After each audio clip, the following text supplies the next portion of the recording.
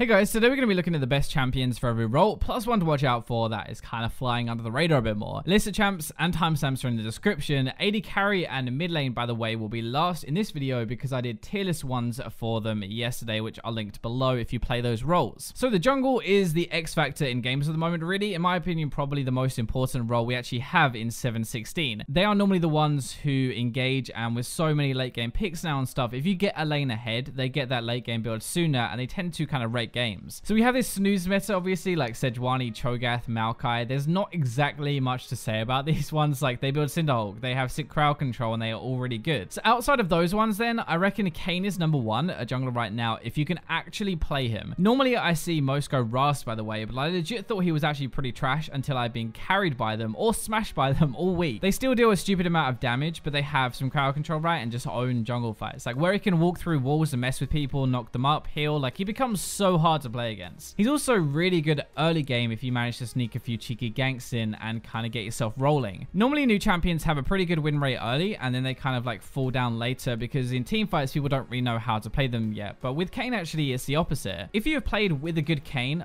or against one, I guess this will make 100% sense being number one. If you haven't, you're gonna think I'm an idiot, but honestly he is legit really good. Now number two, the new early game powerhouse really is Jarvan. In my opinion, he is more well-rounded and effective than Elise, but only because he can like move into a better mid game, I think. His ganks are really good. His ultimate on somebody with no flash is pretty much a free kill almost. His damage is also really good. Like, finding an AD carry alone mid game means they die really fast, and it's really frustrating. He's kind of like this good bridge between being a full carry champion like Lee Sin or something that's kind of out of the meta a bit more now, and the tank meta that we have at the moment. If you put him near any low health champion, he is gonna 100% ruin their day, while also being able to help his team out a lot, ganking and engaging. Playing against a Jarvan can be horrible. Like, if he blows your flash, you know you're gonna probably die at least once in the next few minutes. He can go tanky, he can be a team pick, or he can carry himself. The one to watch out for is Shyvana, who's really good if you prefer to farm up and have like an awesome mid to late game. If your style is not ganking, then Shyvana is really good. You can still gank if you want to, but you farm so fast. You get a lot of gold, and with just 2 items, you can actually demolish the enemy backline. So with the top lane, we are back to like a carry meta now, I think. You can pick tanks and you can just frontline for your team, but why do that if you can smash people yourself? Riven is back to number one. She has a beastly early game and late game, destroying these AD carries whose sensor supports like need to buff. Without the AD carry, that support and the item isn't as good. Riven doesn't have that many bad matchups really, and your build definitely helps with that for now. Like Death Dance and Guardian Angel, right? Like new versions of them. They are damage items, so they're going to kill stuff, but they are defense as well. It lets you really jump into fights and get stuck in. If you get ahead, you're going to take over and destroy a game, having like too much damage, I guess, for the enemy team really to deal with. If you get behind, one team fight and you can get back into it, so you're always going to be useful no matter what really happens early game. That's partly why she's number one. I think she's a very well-rounded pick at the moment. Hard to kill, hard to shut down properly, very slippery, but still packs a punch. Now Jarvan we talked about in the jungle, but he's also really good top lane. Top is more of like a damage into tank build, but also one of the few who actually does okay versus Riven. We're not going to talk about him again though, because we just did. Gangplank is also up here for this patch, I think, so he'll go for number two. I have seen more and more GP players come back out, and they seriously hurt. Being able to almost one barrel a mid lane or AD carry is insanely hard to play against. You've got to track like where his barrels are, plus everything else that's happening in a fight. Lethality being buffed also helped. Like, it's pretty much a staple now having Ghostblade in his build. It makes him more slippery, but it also gives him some reliable damage. Crit is really good and everything, but if you don't actually crit the person, you don't do much damage. Ghostblade makes your mid game much better because it's more reliable. You earn the most gold out of any top laner, you deal a stupid amount of damage with that gold, and you can do it from so far away. Overall, he is an amazing like do-it-yourself carry pick, I guess. So one barrel into ultimate in the middle and a carry is probably dead already for your team. This is like such a good start to a fight. You can free farm against like tank tops, you can survive against harder matchups, and then you're always going to be a threat later. Akali's my one to watch, who isn't that popular yet, but doing pretty well this patch at just like stomping people super hard. Let me put it this way, if you prefer to play the game smashing your head on your keyboard instead of using your hands, then Akali is definitely the champ for you. Seriously though, if you get ahead, there is no counterplay now. Controllers just don't work anymore. So if we move on to support, ignoring Janna, we all know she is ridiculous now with the coin and sensor, so we're going to skip her for today. Sona is like the more aggressive version of Janna, so she's going to be number one. She does a good amount of damage early and has like that ultimate to set stuff up, so she's a bit more proactive, I guess. She's also easier to play with like as an AD carry. She's better with bad ADs, like helping them through the lane phase, if that makes sense. Like a heal is better than a shield. If they take a bad trade, you can get their health back. Mid game, I actually think she's just a better version of Janna in my opinion. She can also apply sensor AoE, by the way, with her W shield aura. It's pretty broken. She is one of those picks that does a lot more than you actually realize realize. Like, you actually think she does, I guess. Like, a lot of it is just aura based, and that's not obvious. What is obvious though is how well she abuses Sensor though. Like, even uses the AP to slap people about more. Basically, we have like an easier version of Janna, same deal, but a bit more damage, has this more aggressive ultimate to set stuff up, but she's not quite as good at keeping people alive. Now, if you do not want to play Sensor, then Thresh is probably your best bet for now. He's very good at putting these squish supports down in the lane phase, but he kind of has to. Sensor will outscale you eventually, but hooks can have a major impact early and mid game. If you roam around, you can win other lanes, you can kind of feed your AD more gold to hopefully stay ahead of Sensor as well. If the enemy eats hooks as much as Gragas clearly demolishes his donuts, I think he'll be able to snowball pretty hard. He's not as good as he used to be, let's be honest. You kind of have to get work done early or you might fall behind, but he is so good at having a big impact in the game and roaming as well. Zilean for me is a massively underrated support, in my opinion. Like, he can speed up tanks to engage, which is so disgusting with Righteous Glory, and also like cockblock damage threats piling onto your AD. His ultimate is really hard to play around, especially having to kill a big tank twice is really not cool, but he can honestly carry pretty hard. So mid lane now and then AD carry, and remember for both of these, I did tier list videos on their own, so go check them out for a rundown of all the top 10. Twisted Fate is a free ticket to climb basically. He's such a good champion right now. It's so easy. He's really good at getting a lead early and taking over a game, like with his ultimate. We obviously all kind of know that. He's also really good as a teamfight champion though as the game goes on, so you don't have to get ahead early. His damage is really high. He has that low cooldown stun and some really good poke as well, but also some pretty good burst. The way to think about this is he's pretty easy to play, but he's also really high impact, which is such a good thing for solo queue. You don't have to master Twisted Fate to be really effective and win. This push and roam style is the easiest way to win a game, something Twisted Fate does really well, but he doesn't have to, right? He can still teamfight later and he's going to carry. Malzahar is also pretty easy, but effective. Syndra has a skill button like pressing R, right, just to burst people, but Malzahar is not that far off. Now, did you know that Malzahar actually has one of the lowest kills per game? Average deaths, assists, damage dealt. He doesn't even earn that much gold, but he still held one of the highest win rates for 5 patches in a row. He is Mr. Average over here, honestly, but this is what I'm saying. Easy and effective wins games. He has such a clear win condition, right? Hit somebody with his ultimate, just press R and let your team smash them. If people come too close, if they aren't grouped properly, if they play like monkeys, you have this tool to punish them. This is why he's so good for climbing. He can win his lane for sure, like you can do well yourself, but he's so easy to play with, like for your teammates, and such a good team pick. Katarina did see a spike up this patch though, dumpstering most games actually against Orianna and smashing her damage per game. If she gets ahead, it's basically over really, and apparently that's happening a lot more in 7.16. Now, Tristana is the new Kayn, but she's so good right now, it's almost free low, honestly. I actually ban her every game. You're really safe. You're also a hyper carry though, with high range and an attack speed steroid at the same time. She's number one for me because she can do more in the lane phase than most others, and that means she gets her late game items quicker. Late game Tristana is not something I particularly enjoy getting whacked by, not gonna lie, and when she hits 2 items even earlier into the game, it feels even worse. Sensor helps her a ton as well. She is really good with Sensor. The extra attack speed means she can use Infinity Edge more, like the passive from it, because she's attacking more, she's gonna crit more. Plus the healing is so good. Something that people don't think about is the Sensor healing really does add up. It's actually quite a lot of healing, and when you go triple crit at the start of a game, you kind of need some healing because you're not building any life still. Tristana is a beast AD carry right now. Can pretty much carry any game, especially with Sensor. She should not be so strong in the lane phase when she takes off so hard in the mid to late game. Now, Twitch I think is still better than Trist purely late game, but not for the rest of the game. Tristana is single target, really high single target damage, but Twitch applies his spray to everybody in a team fight with Runins. Instead of just like one person at the front dying, normally your tank, Twitch is going to have his AoE poison, crits, on hit damage, all flying at the whole team's face. It's so hard to play against. Also, you can roam better than others with stealth. Like AD carries are not normally that good at roaming except Twitch. You get yourself a few cheeky kills, you get ahead and get those late game items a lot faster. If that wasn't enough, you can't really get focused late game unless you mess up. If you die late game, it's probably your fault. If you stealth to start a fight, not only do you get the attack speed, which is really good synergy with the rest of your kit, but you pick when you pop out. They can't use cooldowns on you because they can't see you. You're a beast AD late game, right? Not that bad early either, but once you get a few items, you really do take off. The AD carry to watch for me is going to be Vayne. Obviously, she's going to be good in a tank meta with her Silver Bolt's true damage, but also less damage is flying around at you as well. Her build is in a pretty good spot. Sensor is really nice to have, obviously, like the same reasons as Tristana, really. Defensive supports help you survive in the lane phase, and then you're a beast later with how much burst you bring. Even though you think Vayne is a beast late game because she has so much consistent damage with her W and stuff, she actually brings a lot of burst damage, and she can really duel another AD carry because she hits so hard. That is going to wrap up my tier list for this patch. So in the jungle, we have Kayn number 1 and then Jarvan afterwards, and the one to watch out for is, for me, 3 is going to be Shyvana, but remember these tanks, Sejuani, Maokai, and also Cho'Gath are still really, really good. For top lane, we have Riven, maybe Jarvan as well, but we talked about him in the jungle, and then Gangplank, the one to watch out for was Akali. Support, we have Janna, obviously the best by far, but then Sona and Thresh if you don't want to play a sensor support, with the one to watch being Zillion. Mid lane, we have Twisted Fate, who's just a roam god. Malzahar is easy and effective, and then watching Katarina, who basically is just stomping everybody. Finally, for AD carry, we have Tristana number 1, Twitch number 2, both really good late game AD carries who snowball out of control if they get an early lead, and the one to watch is going to be Vayne. You can see the recap on screen now, but thank you for watching the video. I really appreciate it. Let me know what you think in the comments, like the video if you did, but for now, I'll leave you with the robots.